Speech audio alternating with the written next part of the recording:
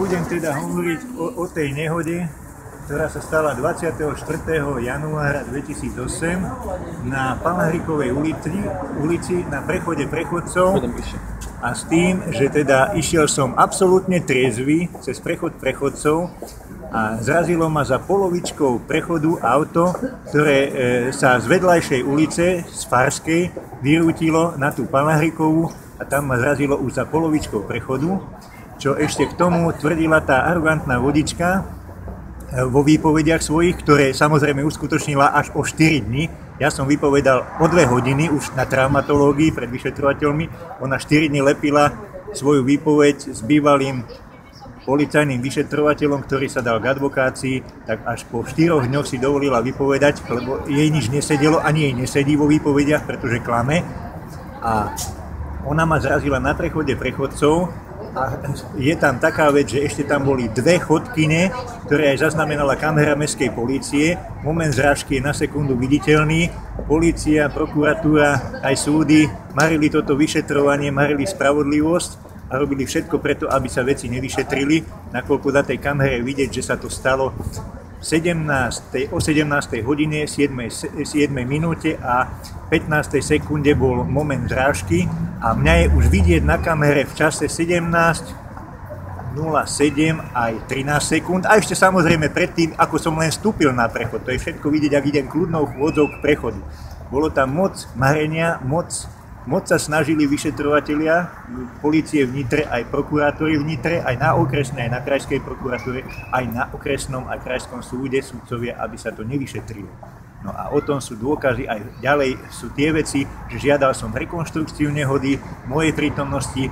Do dneska, čo tento mesiac bude 6 rokov od nehody, sa nič také neudialo. Svedkovia nehody, 2 tam boli mestskí policajti, tak tí mali prísť akože na súd, ale nikdy na súd neprišli, pretože súdkyňa tvrdila, že nie je schopná im doručiť predvolánku 2 mestským nitranským policajtom. Ona akože ich nevie predvolať.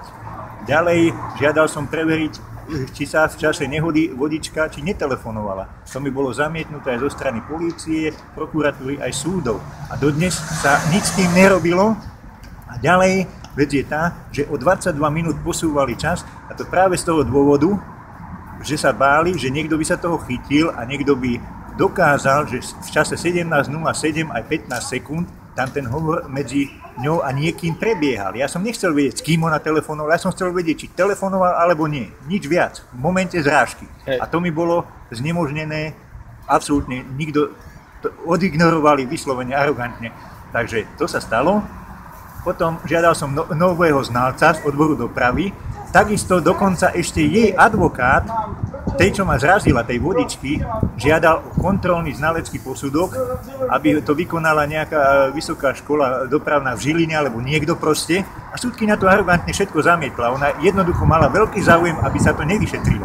Ja som na druhom pojednávaní dokonca namietal jej zaujatosť a cez to všetko ten súd prebehol úplne akože v pohode, samozrejme s tým istým výsledkom voči mne, že ja, čo som išiel cez prechod prechodcov a mal som pri sebe čaká na hrable a tie sa po zrážke hrable sa zlomili, čaká sa nezlomil, tak ja som išiel tak, že ja som zrazil auto. A aký bol nakoniec verdikt? Verdikt bol ten, že v podstate ona, tá vodička je nevinná, v podstate vinníkom nehody som sa stal ja. A z toho ste mali nejaký postih? Nie, však postih tam zatiaľ nebol žiadny, akurát, že som musel platiť, ja neviem, súdy platím a naposledy, čo bol niekedy v októbri teraz, 2013 bol občianskoprávny súd, tam ešte ma dourážala jej advokátka, lebo už zmenila advokáta, lebo v trestnoprávnom konaní mala tohto policajta bývalého, teraz má nejakú advokátku, tam ma ešte dourážala spôsobom, keďže som namietal, že teda mám aj hlavu poškodenú, z čo mám aj znalecký posudok o tom od doktora, psychológa, mám znalecký posudok od bývalého primára traumatológie, že mám nohu, koleno mám v stave na umelý, asi približne tak, že je to zrelé na umelý krv. A ona, tá jej advokátka ešte ma dourážala tým spôsobom, že áno, že hlavu mám poškodenú, ale to nemám z tej nehody. OK. No. A teraz ešte jedna otázka. A čo chcete týmto dokázať? Týmto chcem dokázať proste to, že polícia v Nitre, prokuratúra aj súdy v Nitre sú, neviem akým spôsobom, jak vyšetrujú, pretože to, čo predviedli. V mojom prípade to bolo jednoznačné marenie spravodlivosti, marenie vyšetrovania a ja chcem s týmto oboznámiť čo najširšiu verejnosť na Slovensku, že je to proste neúnosné a je to totálna arogancia moci. Je to neuveriteľné. Ďakujem vám veľmi pekne. Všetko dobré.